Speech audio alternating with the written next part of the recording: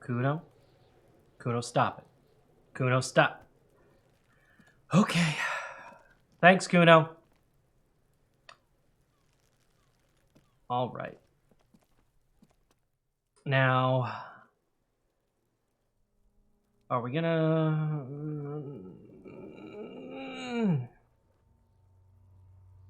I don't think I have anything that adds to endurance.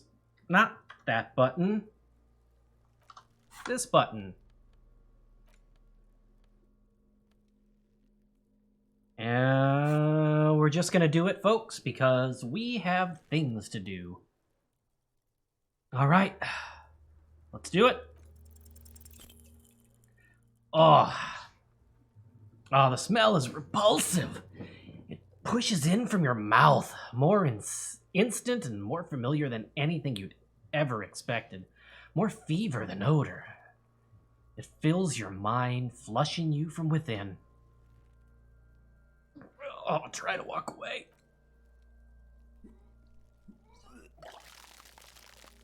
Nope.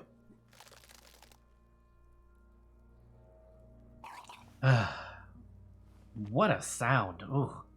Too late. It is impossible to keep it in. Your body curls and pushes it out. Burst by burst. Until a pool of vomit lies under your feet and your throat stings from the stomach acid. The smell of Commodore Red rises from the pool. Among it, distilled spirit and bits of shish kebab. I do like me some kebab. God. It's okay. Happens to everyone. The lieutenant hands you his white handkerchief. Keep it. Thank you. The hangover is clearly making this worse for you. You could use some ammonia. Clear your head. You think ammonia would help? If you can handle the headache? Some officers use it to deal with cadaverine odor. But not you. I can't handle the headache. It's more like he can handle the smell, unlike you. Alright, where do we get ammonia from? Fripp? That young woman, the gardener, mentioned she used salts for the smell. He nods towards the plaza. If she doesn't have any, there might be some in the fruit store nearby. Having the ammonia is a modifier to the endurance check. Modifiers make checks easier and allow you to retry them. Alright, let's find out. Got anything to say? Now that I threw up? The boy turns to you. He doesn't care. Alright, I'm off before I get stuck in parentheses here. Kono doesn't fucking care! I need to punch the kid again. I am not above it. Just so you know. Alright. We got Diablo style running now. Ms. Gardner, please. Hello again, officer. How are things? Do you still have your salts? I think I could use some. Sure, I'm done with them. She takes a small capsule out of her breast pocket and hands it to you. Go easy on that stuff. It gave me a terrible headache. Alright, but I have to run. What do we got here? Lieutenant's handkerchief. The handkerchief given to you by Lieutenant Kitsuragi. One corner is adorned with lace and a tiny embroidered... portiere. Ammonia. Here we go. A thin glass tube wrapped in cotton netting, used to treat fainting spells. Produced, also, by Sampatis Pharmaceuticals. No, this is a quest item. You don't have to equip it to use it. Just having it in your inventory is enough. Alright. Can I equip it anyway? No. It said you don't have to. It didn't say you can't. It just implied it. I'm in such a hurry to get back here. There he still is, looking right through you with his wide eyes. The body below is entirely dedicated to that corpse smell. Emitting it is all it does now. 17%. Yes, thank you. All right. Oh, the ammonia only makes it worse. Ah, the combination forces tears out of your ducts. You managed to keep it in once. Oh, the second time, not so much. No, Kim, don't! Your shoes. Why did you stand inside us? Oh, such a visceral sound. When the vomiting is done, your cheeks are wet with tears. Spit. Say nothing. Are you okay, officer? You feel the lieutenant pat you on the back. Heavy, rhythmic pats. You're facing tough odds here. It's aggravated further by alcohol withdrawal. What is happening to you? Are you gonna cry now, son? Oh, you heard the coach. This is weakness. It cannot go on much longer, or you will lose. Why can't I keep it in if I've been a cop my whole life? I've seen captains puke their guts out. It never gets easier. You never get used to the smell. Every Monday is cadaver day. Throw up, investigate, throw up. Initial autopsy, throw up, bag it. He pats your back again. Then drive to the station. Maybe throw up on the way there if you didn't bag the thing tight enough. You seem to be fine, Kim. I think I've lost my sense of smell. There's a pause. Not being hungover helps too. Thank you for not directly rubbing it in. Still sorry about your boots. You stood there. I don't have a whole lot to say. All right. Give me a moment. I got this. An appropriate attitude. He withdraws his hand and looks you in the eye. You need to get your shit together. Say nothing. Just nod. We should go talk to the locals. Find something else to do while the wind changes. It's pretty bad right now. You have received a thought. We've already started internalizing one thought. But the tutorial is telling us how we deal with it. Give it half an hour, get yourself together, then come back. Have another go.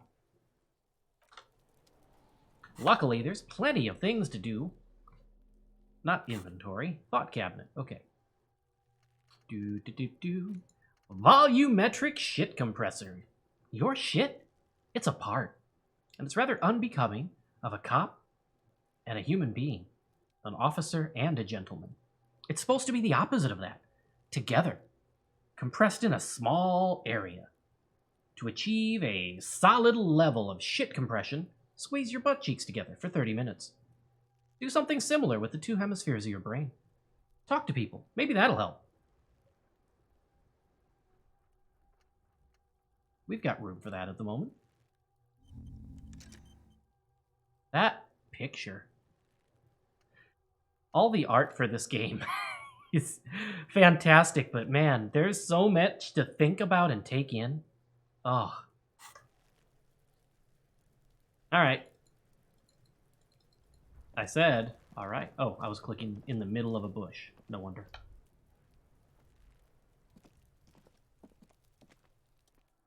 Alright. That is still only 28. We are not doing... Old game... Other game habits. Sorry, friends. Fucker shit himself! Alright, Kuno S. Kuno, the pig's getting pretty close to me. Come to snuff my shit out, I think. Take just one step closer. Looks like it's time for me to go, Kuno. Pig's come to take me in. I doubt it. She means it. The fear is real. I just want to ask you some questions. One more step. I'm going away for a long, long time, Kuno. Going away for life. What's going on there? fuck are you trying to pull, pig?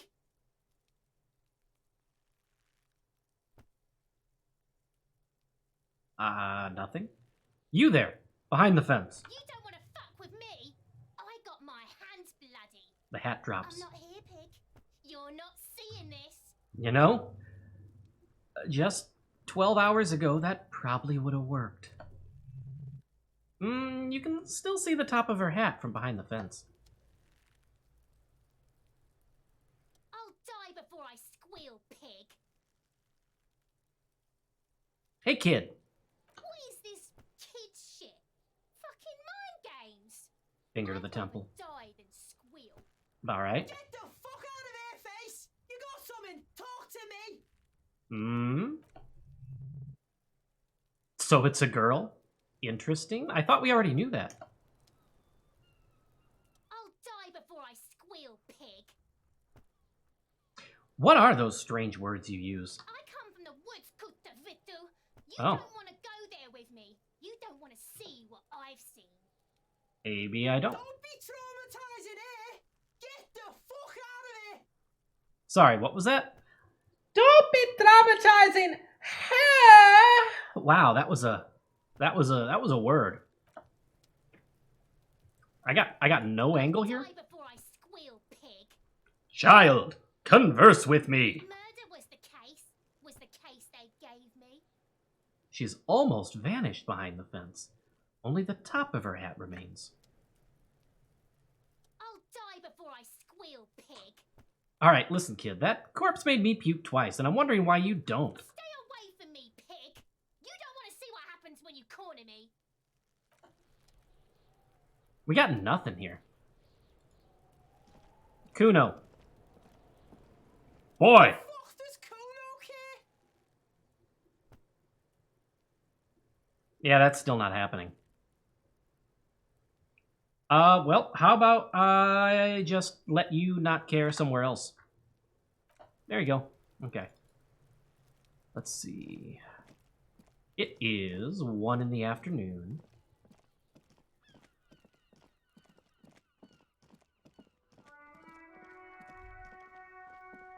Already punched the mailbox. Talked to our doctor. He wants nothing to do with me. Talked to Tommy. That's a waiting bench. Let's just kind of get our bearings. There's a couple men down there, but we're not talking to them yet. I'm sorry. Okay. For a second, I thought that was like some sort of half-rendered polygon head after the graphics problems I've been having. I was a little concerned. And I actually missed the blurb on that. I'm going to have to watch my own video to know what that said. Do we want to read books right now? Yeah. Reading books passes time. A book about the future. The government reads your minds using radio technology. A book about Boyadero culture. It promotes freedom, roaming upstream.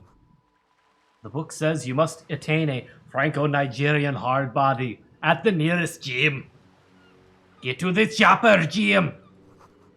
This book, you don't really understand what it's about, nor does it seem important. I think we failed a passive check there. This is a book about pate. Alright.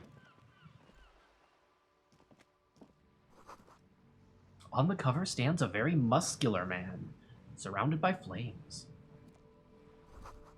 This book has a rose, a pistol, and a half-naked dame on its cover.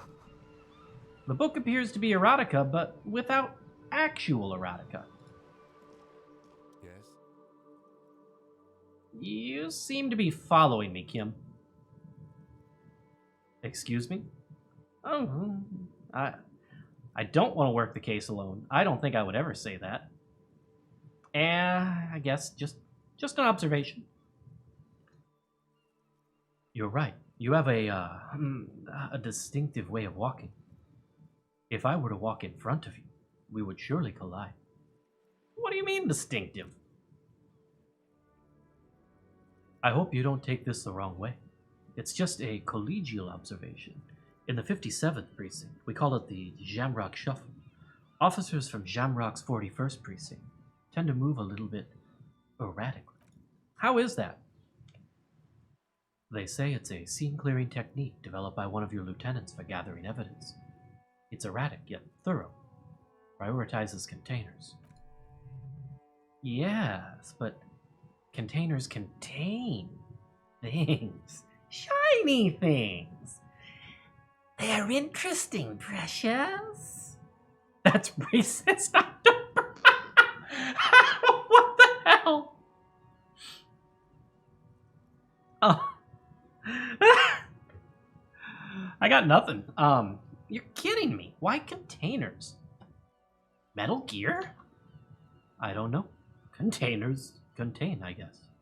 I'm making assumptions. We should move on.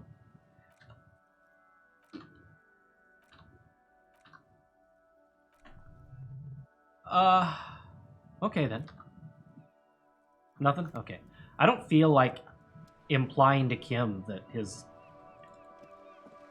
Well, I mean, I guess it is cop profiling, question mark? I don't know. 2, Roundabout North. 2, Cape Side Apartments, Martinet Pier. Ugh, the ad reads, broken window? Dibs has windows. Alright. You got a bag in your hand. Where is the bag? I forgot where the bag is. What's out here? 25. That's a lot for us right now. This coin-operated viewer is facing south. The instruction... Oh! Hey! There's an important distinction that I have not always paid attention to. We... up in the game world is not north. This coin-operated viewer is facing south. The instruction manual says to insert 25 centimes and pull the handle while looking inside. Then use the focus knob to zoom in if necessary. All right. Your money disappears into the coin slot. A clunk, the ring of metal, and the curtains on the display open. You lean in to catch the view. It's blurry, different blues and greens. In the middle of the shimmer stands a drab gray shape like a ghost. All right, turn the course focus. The lenses shift. The ghost sharpens into an inlet in the bay. In the ruins, a man-made structure is visible. A half-sunken sea fort, concrete almost reconquered by nature.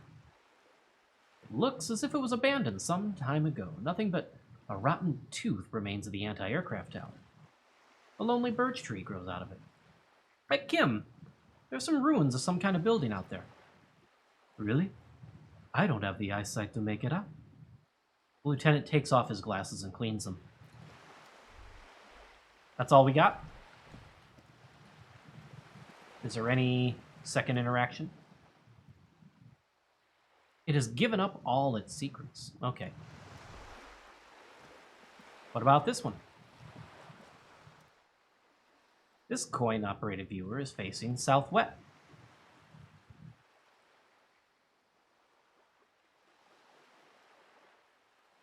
Game. Its coin slot is full of fossilized bubblegum, rendering the machine permanently accessible. Vandalism. Probably some kids. The lieutenant inspects the rigged slot. A simple but clever solution to ruining a coin-operated viewer. It took ingenuity. Look inside. A thick layer of graffito covers the lenses. You spell out the word Onuk, written on the other side, with N and C scribbled backward. Kuno! Shift your focus to the background. Under the graffito, a sea of blues and grays appears. Behind the water lies a coast studded with concretes and reeds. On it, a church on stilts, Baba Yaga, lanky weather-worn wooden planks, and X-shaped cross. Not a saint. Topping its tower. Pardon me, folks. Around the large wooden building, you see chunks of sea ice gathered up on the beach, and a small tent set up on the ice. Poor little viewer. The metal feels cold and wet under your palm. It looks unhygienic. Good thing we really felt neither of those things through our gloves. I've been kicked out of every joint in Russia still. Come on, the night's still young. Hey, what's that coat you have there? Hey, what's that bag you have there? Yellow plastic bag. Frick. Equip this to collect tar. Tare. Tear. I'm gonna keep alternating, who knows. This plastic bag has Frit written on it in a dynamic, forceful manner that implies great prices. I love it! As you crack it open, a malty gust of air flies in your face. It smells of yeast and beer. Perfect place for Tare. You hear the distant squall of seabirds. Hey!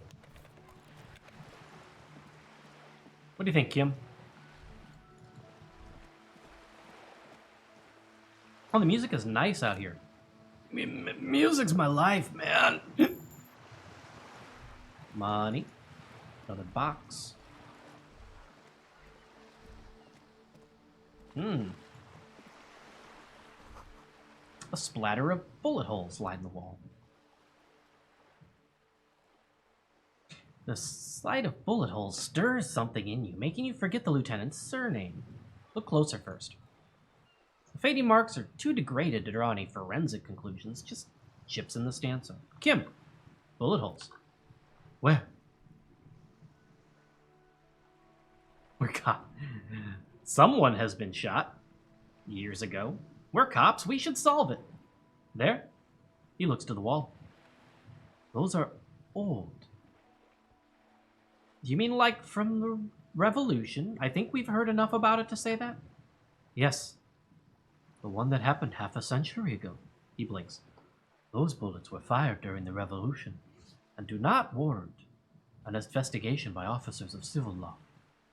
Alright, what can you tell me about this revolution? Not much. I don't have a fresh perspective on it. Shall we go? If we must. Better watch your mouth round me, boy.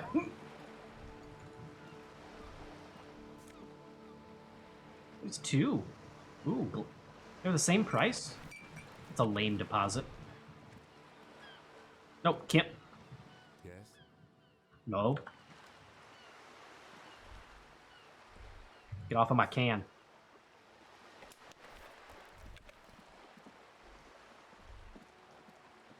We've been this way, haven't we? Ah, the nice little footsteps. What have we here? More.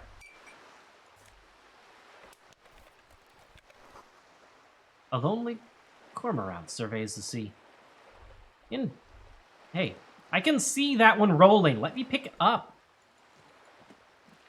Wow. Really indifferent.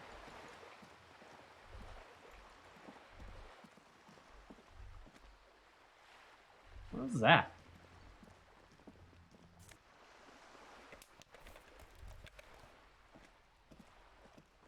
And a winch. Capeside Apartments. Rue de Saint-Ghislain, roundabout north.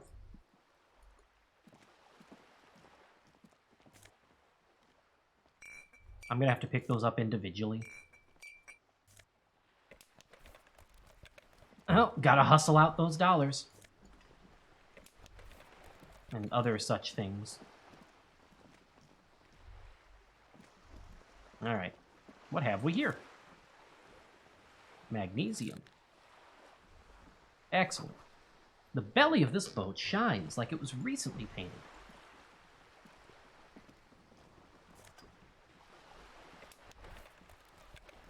Kim, you're in front of the stuff again. I'm sorry. Docking reserved for residents of Rue de Saint-Ghislain. 33A. I said, completely blanking on how to say 30. Is that another 20 and 10 thing? Your room in the whirling isn't that much bigger than this ship. This is worth more than you'll ever earn in all your life. All right, folks. Partway through a video, we can do this. A striking woman leans against the cabin top of her sailing boat, smiling as you approach. Her green raincoat glistens with droplets. A silk scarf is tied around her throat. Good afternoon, officers. I'm Joyce. She extends her hand in greeting. Joyce L. Messier. I represent the board of Wild Pines, the owners of the harbor. You gentlemen must be from the RCM. What gave us away? Nothing, honestly. I've said it to every drunk in town, and you're the first one who's responded. Ah, I'll give you that. What does the L stand for? Maiden. My maiden name. Her bony hand dangles from the sleeve of her oversized raincoat. Shake her hand. I'm glad to see you here. Her grip is tight and cold. Like steel. If she wanted to, she could sink her nails deep into your skin. I was dispatched to handle a strike, not a lynching. Anything I can do to assist the RCM in this matter, I will, gladly. You know, it just occurs to me. Not... Cabinet, please. Yeah, we're getting -1 composure from that. That might not be the best time to have this conversation. Alright. Get out of the thick. That is good to hear, madame. He opens My his notebook. colleague will take the lead on this interview. I should let you know that he is recovering from an unusual medical episode. Very unusual. But I can assure you of his ultimate competency. Ultimate competency. Alright. It happens quicker than a shooting star, but did the lieutenant just wink at you? How interesting. I wish you a swift recovery. In the meanwhile, you have my full cooperation and the full cooperation of the Wild Pines group. Tell me about Wild Pines. What do you do? What we do? I'm afraid I don't speak for Wild Pines as a whole. It's a giant undertaking. So what do they do? The Pines' core competency is logistics, container shipping, freight, that sort of thing. She points to the small dots on the horizon. See those airships there blinking? Those are the shipping side of things. And then to the east, towards the harbor. And that is the terminal. Another subdivision deals with energy, oil and gas exploration, offshore platforms. How much money does Wild Pines have? Sure. I'm not at liberty to discuss the company balance sheet, but I can tell you that last year the company booked more than 20 billion real in revenue. Billion?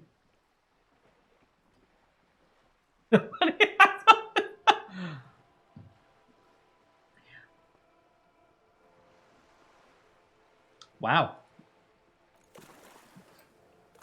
20 billion is a large number.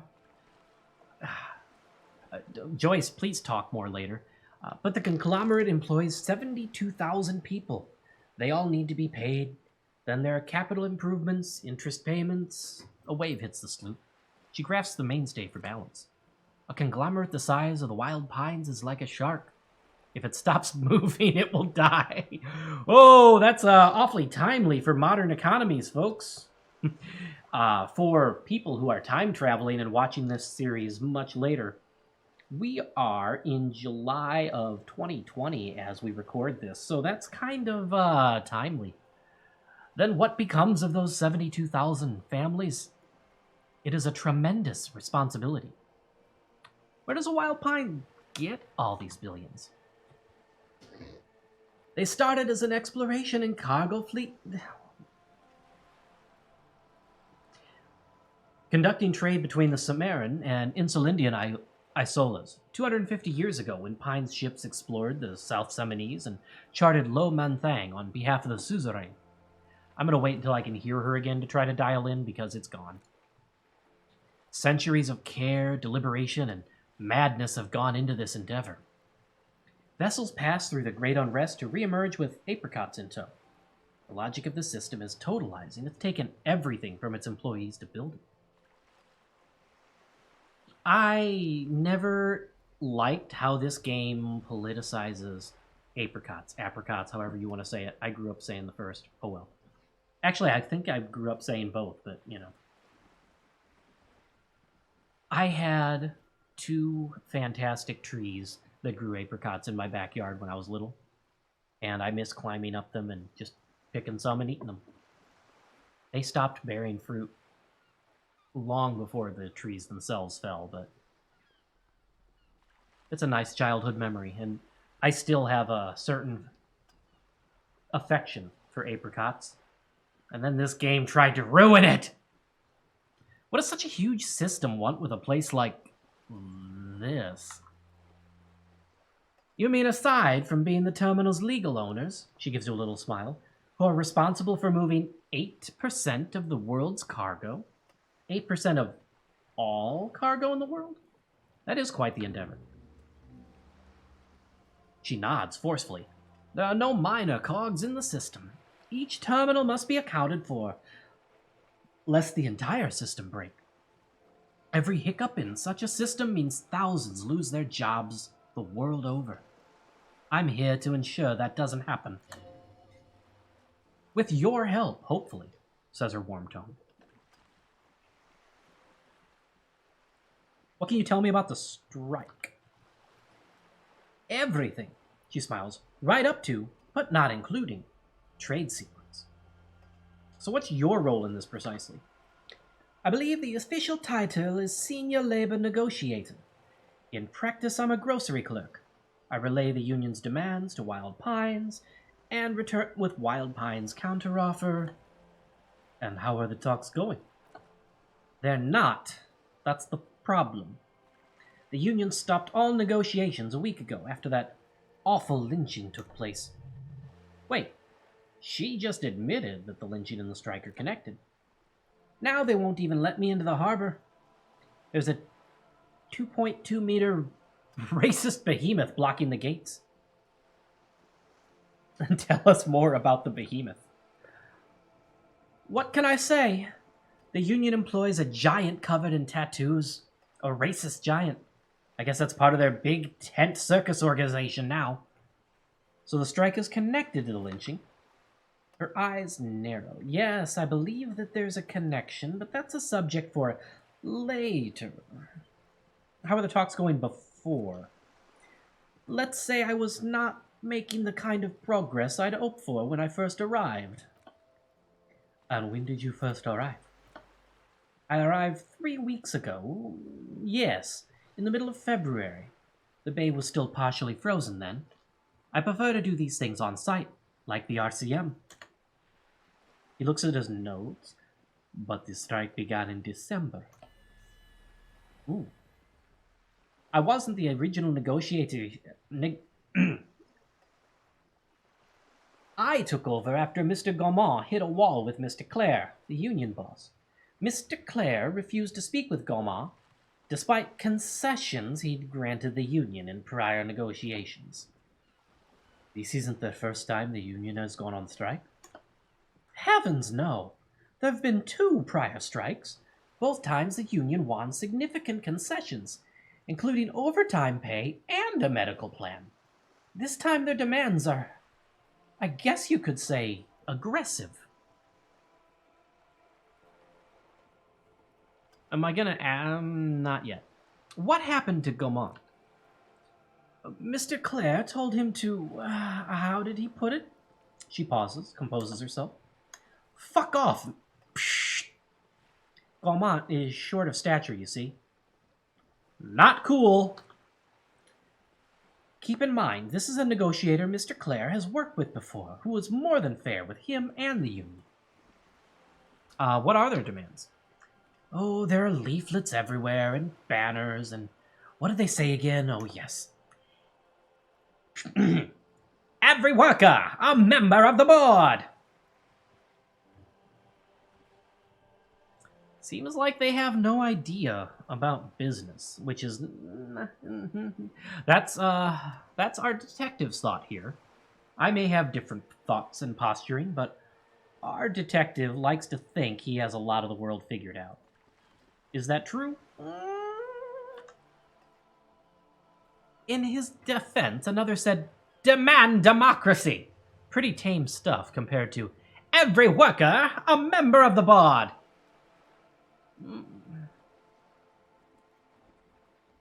Most of them probably don't know what that means, he said, glossing over the fact that he doesn't entirely know what that means. Fortunately, they explained it. Every time the Wild Pines group makes a decision about anything, it needs the signature of each of the 2,200 workers in the Martinet terminal. Just so you understand, this is but one of 22 terminals owned by Wild Pines. Essentially, not only are they kings of the company, they are also kings of the 72,000 employees of the Wild Pines group. It's pretty funny, I have to admit. They're having a blast, but how can they afford it? After 4 months, my assumption was they would prefer a more practical solution. What are you going to do? I'm not sure. Naturally, I assumed that was just their opening position, a hard-nosed tactic with a side of mockery. But there's been no follow-up, just the same nonsensical slogan repeated over and over and over again. And now people are getting lynched, I hear, she said, as if she didn't already reference it. Behind the whirling in rags, a disastrous situation if ever there was one. Excuse me. The lieutenant looks up from his notebook. From whom did you hear about this lynching? Her reply comes quick.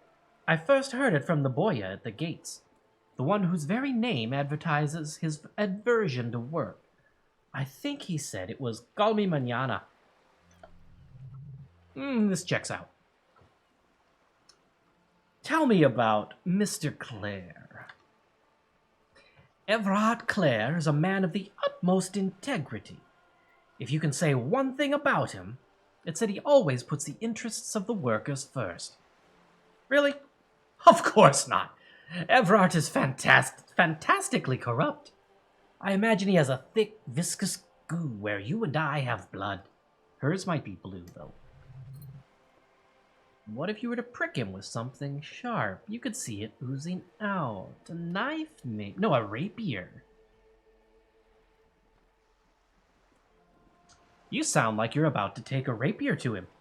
Oh, heavens, no. We get along just fine.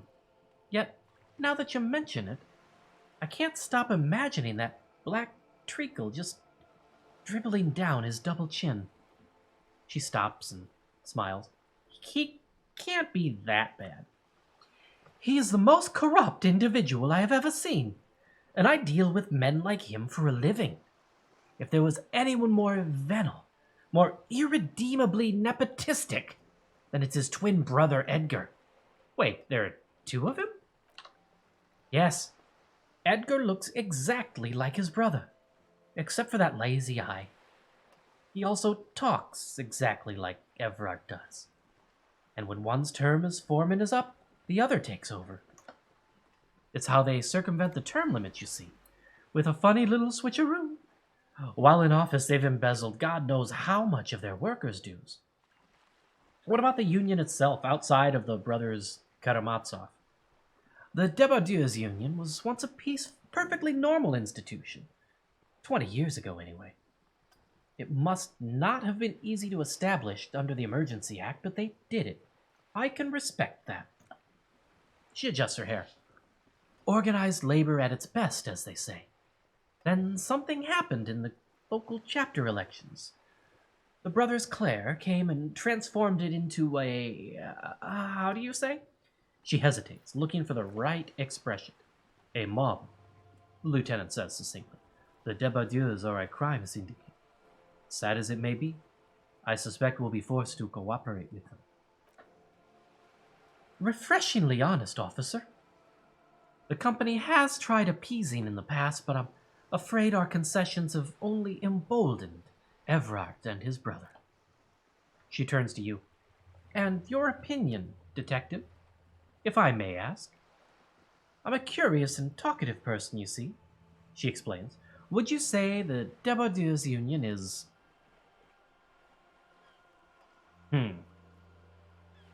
So Harry here is a little too capitalist to say that it's an effective advocate. He believes that it's kind of necessary. Socialist mob is too far. I guess that leaves us at a leech. I don't know, which one of those do we think is worse?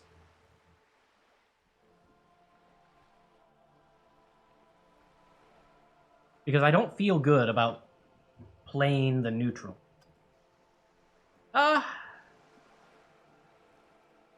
That's basically a socialist mob.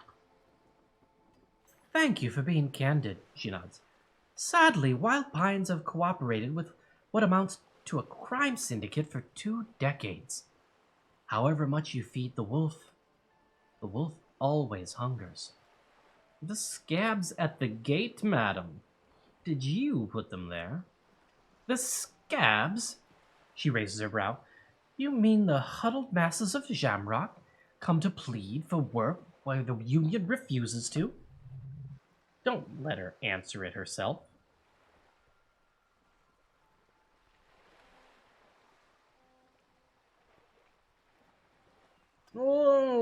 Let's call them strike breakers. You put them there, right? If these strike breakers were organized by Wild Pines or its affiliates, then it would be a company secret. I could not share it with you, not yet, at least. It's implied that she's open to discussing this matter with you at a later occasion.